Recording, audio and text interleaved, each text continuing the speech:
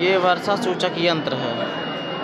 जैसे ही पानी की बूंद पड़ेगी अंदर लाइट जलेगी, पता लग जाएगा बारिश हो रही, चल के कपड़े हटा लो। तो अब बारिश होने लगी है, एक सिस्टम और हो गया है कि कपड़े अपने आप अंदर चले जाते हैं। वहाँ पे चलिए दिखाते हैं, यहाँ पे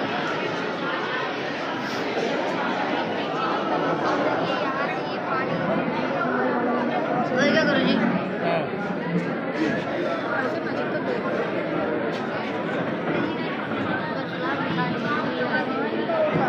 चल क्या गुरु जी, अच्छा ले ला। शाबाश।